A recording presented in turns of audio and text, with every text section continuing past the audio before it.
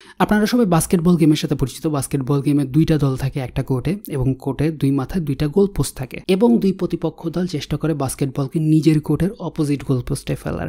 যে দলের গোল বেশি হবে সেই দল জিতে যাবে, আর যে দলের গোল কম হবে সেই দল হেরে যাবে। হেরে যাওয়া দল ভারাক্রান্ত মন নিয়ে বাড়ি ফিরে যাবে। 1851 সালে জেমস নেইসমিথ বাস্কেটবল গেম ইনভেন্ট করে। বাট আপনি হয়তো বা এটা জানেন না যে আজ থেকে 4600 বছর আগে বাস্কেটবল গেমের মতোই আর একটা বল গেম ছিল, যেই গেমে যে দল হেরে গেল তো সেই দল তো হেরে গেল, বা যে দল জিতে যেত সেই দলের ক্যাপ্টেনকে প্রাণের আহুতি দিতে হতো দেবতার উদ্দেশ্যে। এক্স্যাক্টলি, আপনি ঠিকই শুনেছেন, আমি উল্টা বলি নাই।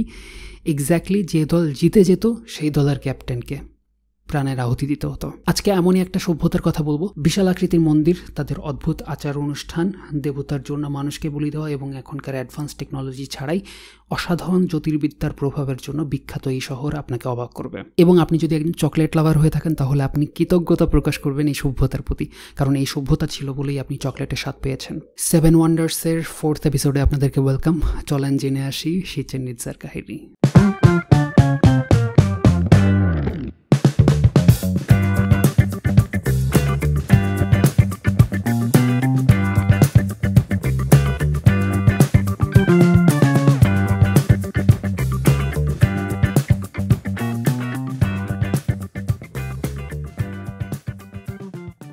আমি শুরুতে একটা বল গেমের কথা বললাম, এই হচ্ছে সেই বল গেমের কোর্ট।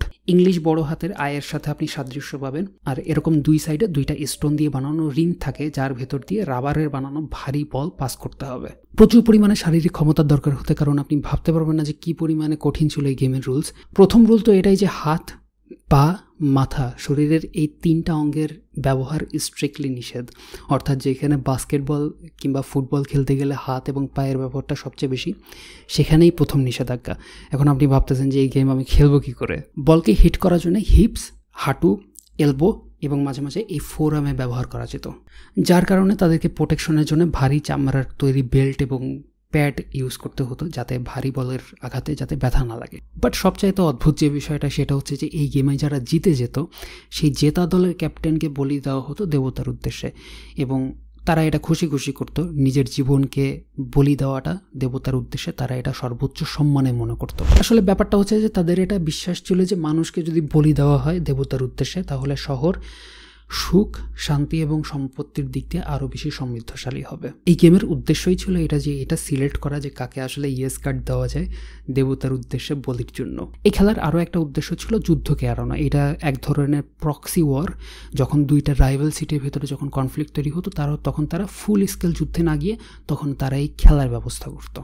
এই খেলাকে মায়া সভ্যতার লোকেরা বলতো পিডস অথবা পোক্তাপোক। মেক্সিকোর ইউকাতান উপদ্বীপে ছিল এই মায়া সভ্যতার অবস্থান। সংস্কৃতি, বাণিজ্য ও ধর্মের কেন্দ্রস্থল ছিল এই মায়া সভ্যতা। আমেরিকার যত বিস্ময়কর সংস্কৃতি আছে তার মধ্যে মায়া সভ্যতার একটা। প্রায় 2000 খ্রিস্টপূর্বে বর্তমান মেক্সিকো, বেলিজ, গুয়েতেমালা, হন্ডুরাস এবং এল সালভাদোরের উষ্ণ নিম্নভূমিতে এই সভ্যতার উদ্ভব ঘটে। শুরুতে এই সভ্যতা ছোট ছোট সম্প্রদায় এবং গ্রাম ছিল, যেখানে ভুট্টা, সিম, মরিচা চাষ করা হতো, এবং এই মায়া সভ্যতার লোকেরাই শিখে যায় চকলেট আসলে কিভাবে চাষ করতে হয়। আমি আমার চকলেটের ভিডিওতে আমি এক্সপ্লেন করেছি যে চকলেটের ইতিহাস কি এবং চকলেট আসলে কেমন করে চাষ করা হয়, চকলেটের এভলিউশনটা কেমন ছিল। অনেক ফ্যাসিনেটিং একটা হিস্ট্রি, আপনি গিয়ে দেখে আসতে পারেন, আমি ডেসক্রিপশনে লিঙ্ক দিয়ে দেবো। মায়া সভ্যতার ইতিহাসটা আসলে এতটাই পুরনো এবং এভিডেন্সের পরিমাণ এতটাই কম যে অনেক রহস্যই আজকে বিশেষজ্ঞদের কাছে আসলে ধোঁয়াশাচ্ছন্ন। Denver university school of art and art হিস্ট্রির পরিচালক অ্যানাবেথ হেড্রিক তার জীবনের প্রায় 35 বছর ডেডিকেট করেছে এই মেসো আমেরিকার ইতিহাসের পেছনে, এবং তিনি বলেন আমরা অনেক কিছুই শিখতে পারতাম এই সভ্যতার কাছ থেকে, কিন্তু ইতিহাস এত গভীরে চাপা পড়ে আছে যে আমাদের আরও খোদাই করতে হবে। 250 থেকে 900 খ্রিস্টাব্দের মধ্যে এই মায়া সভ্যতার দিক দিয়ে শীর্ষে পৌঁছে যায়। এই সময়কে বলা হয় ক্লাসিক পিরিয়ড এবং মায়া সভ্যতার সোনালী যুগ। এই সেই সময়কাল যেখানে বিশাল বিশাল পিরামিড, প্রাসাদ নিয়ে গড়ে ওঠে অত্যন্ত উন্নত স্থাপনা। তাদের মন্দিরগুলো সাধারণত খাড়া সিঁড়ি বিশিষ্ট হতো, এবং এই মন্দিরগুলোতে তাদের দেবতা, শাসক এবং পবিত্র প্রাণীর ছবি খোদাই করা থাকতো। এর মধ্যে কুকুলকাম নামে একটা সাপের দেবতা ছিল যার শরীরে পালক আছে। মায়েরা এই দেবতাকে আরও একটা নামে রাখতো, কোয়াজ্জেল কোতেল। ইৎসামনা নামে একটা দেবতা ছিল যাকে মায়েরা মনে করতো যে এই সমগ্র সৃষ্টির মালিক, এবং চাক নামে একটা দেবতা ছিল যে বৃষ্টির দেবতা। এদের চিত্র এবং প্রতীক খোদাই করা থাকতো এই মন্দিরগুলোতে। আপনি যদি কখনো মেক্সিকোতে যান চিচেন ইটজা দেখার জন্য তাহলে আপনি এই জিনিসগুলো দেখতে পারবেন। এই পার্ক সকাল 8টা থেকে বিকাল 4টা পর্যন্ত খোলা থাকে। আপনি যদি গুগলে চিচেন ইৎজা লিখে সার্চ করেন তাহলে আপনি এই পিরামিড আকৃতির মন্দিরটা আপনি দেখতে পারবেন, কিন্তু এটার নাম কিন্তু চিচেন ইৎজা না। চিচেন শব্দের অর্থ হচ্ছে কূপের মুখ এবং ইৎজা হলো একটা গোষ্ঠীর নাম, এর অর্থ দ্বারাই ইৎজাদের কূপের মুখ, এবং এইটা হলো চিচেন ইৎজার মেন অ্যাট্রাকশন। পরবর্তীতে স্প্যানিশরা এসে এটার নাম দেয় এল কাস্তিলো।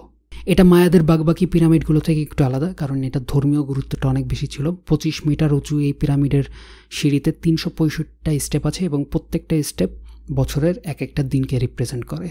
মায়েরা অ্যাস্ট্রোনমিতে অনেক বেশি দক্ষ ছিল, তারা সূর্যের এবং গ্রহ নক্ষত্রের গতিবিধি পরিমাপ করতে পারত। আমাদের ইংলিশ ক্যালেন্ডারে থাকে 12টা মাস, বাট মায়াদের ক্যালেন্ডারে থাকে 18টা মাস। এই হচ্ছে সেই ক্যালেন্ডার। সার্টেন একটা হিসাব আছে, আপনি যদি আপনার জন্মদিন এই ক্যালেন্ডার অনুযায়ী যদি বের করতে চান। অবাক করা বিষয় হচ্ছে যে অ্যাডভান্স কোনো টেকনোলজি ছাড়াই এই পিরামিড নিখুঁত জ্যামিতিক অনুপাতে বানানো, যেরকমটা মিশরের পিরামিড বানানো। তখনকার মানুষের কাছে ডেফিনেটলি এরকম কোনো জ্ঞান ছিল যেই জ্ঞানগুলো আমাদের কাছে থাকলে হয়তো বা আমরা আরও বেশি উন্নত হতাম আজকে। চিচেন ইৎজা একটা ইউনেস্কো ওয়ার্ল্ড হেরিটেজ সাইট। 2007 সালে এটাকে 7 ওয়ান্ডার্সে তালিকাভুক্ত করা হয়।